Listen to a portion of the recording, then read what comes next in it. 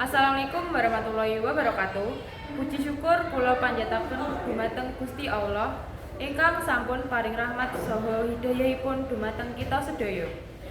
Ibu Yenisa lan sedherek ingkang kinurmatan, ing dalem kesempatan menika kula badhe matur babagan bahaya narkoba. Narkoba minangka ancaman ageng kangge masyarakat kita. Kita sering mireng berita ing pawartos televisi menika babagan ancaman narkoba kangge generasi muda. Narkoba mboten namun merusak kesehatan, nanging ugi merusak masa depan para pengguna. Sawetawis tiyang ingkang kecantol narkoba, kesehatanipun cepet rusak, pikiranipun mboten saged cetha, lan gesangipun rusak. Kula ngajak sedaya warga masyarakat supados aja pisan-pisan nyoba utawa ngginakaken narkoba.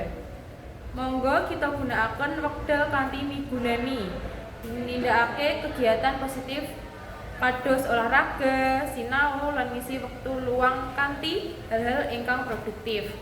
Kita uga kedah nyengkuyung upaya pemerintah kangge ngrantas peredaran narkoba ing masyarakat. Wassalamualaikum warahmatullahi wabarakatuh.